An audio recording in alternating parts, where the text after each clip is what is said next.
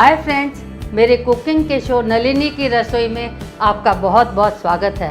आज मैं बनाने जा रही हूँ पोटैटो वेजेस। सब्सक्राइब और बेल आइकन का बटन दबाना न भूलें ताकि आपको हर नई रेसिपी का मैसेज तुरंत मिल जाए। आइए तो देखते हैं पोटैटो वेजेस बनाने के लिए हमें किन किन चीज़ों की आवश्यकता होती है।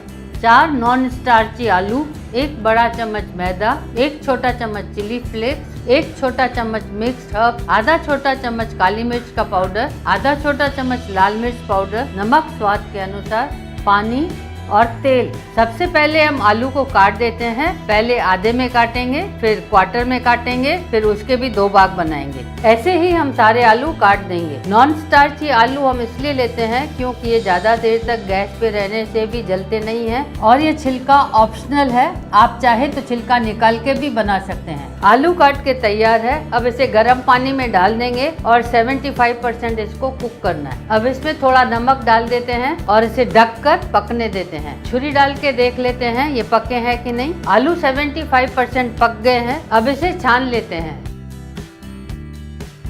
अब इसे किचन टॉवल पर डालकर ड्राई कर लेते हैं।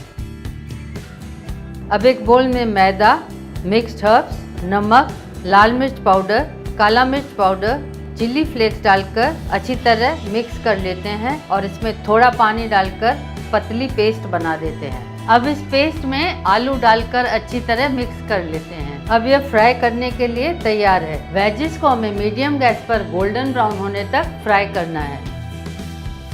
अब ये गोल्डन ब्राउन हो गए हैं, इसे निकाल देते हैं। इसी तरह बाकी के वेजेस भी फ्राई कर देंगे। ये सारे वेजेस सर्व करने के लिए तैयार हैं।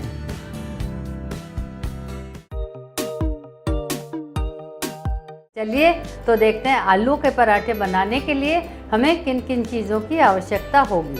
2 कटोरी गेहूं का आटा, 5 उबले हुए आलू, 1 छोटा चम्मच लाल मिर्च पाउडर, आधा छोटा चम्मच अमचूर पाउडर, 2 हरी मिर्च बारीक कटी हुई, 1 इंच अदरक का टुकड़ा बारीक कटा हुआ, फ्लेवर के लिए 8 से 10 कड़ी पत्ते बारीक कटे हुए, आधा छोटा चम्मच अजवाइन, आधी कटोरी हरा धनिया बारीक कटा हुआ, नमक स्वाद के अनुसार, तेल और पानी। सबसे पहले एक बोल में आटा, नमक, लाल मिर्च पाउडर, अजवाइन और थोड़ा तेल डालकर अच्छी तरह मसल देते हैं। अब इसमें थोड़ा थोड़ा पानी डालकर आटा तैयार कर लेते हैं और ये आटा रोटी की आटे की तरह होना चाहिए। ये आटा अभी तैयार है, इसको ढककर 10 मिनट के लिए रख देते हैं। अब दूसरे बोल में आलू को मैश कर लेते हैं।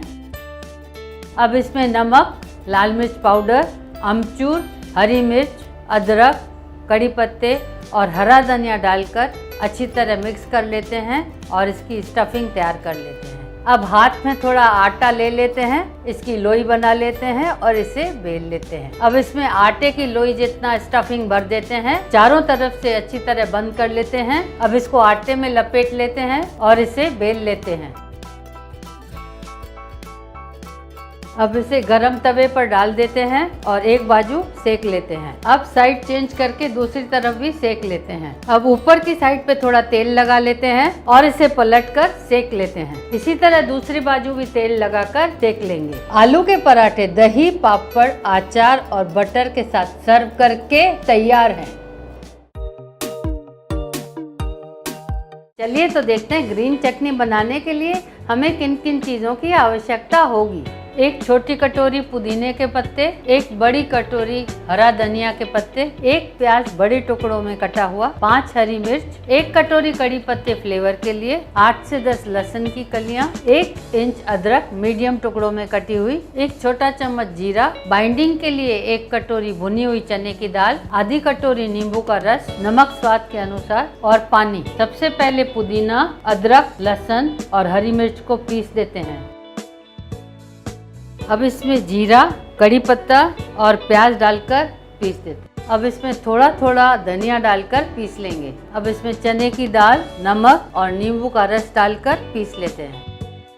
अब इसमें थोड़ा पानी डालकर पीस लेते हैं। डिलीशियस चटनी सर्व करने के लिए तैयार है। अगर आपको मेरी रेसिपी पसंद आई है तो इस तरफ सब्सक्राइब का बटन दबाना न भूलें और इस तरफ मेरी दूसरी रेसिपीज़ को देखने के लिए क्लिक करें। और जल्द ही नई रेसिपीज़ के साथ लौटूंगी। Till then take very good care of yourself and your family. Stay healthy, happy and fit. Thank you for watching Nalini की रसोई।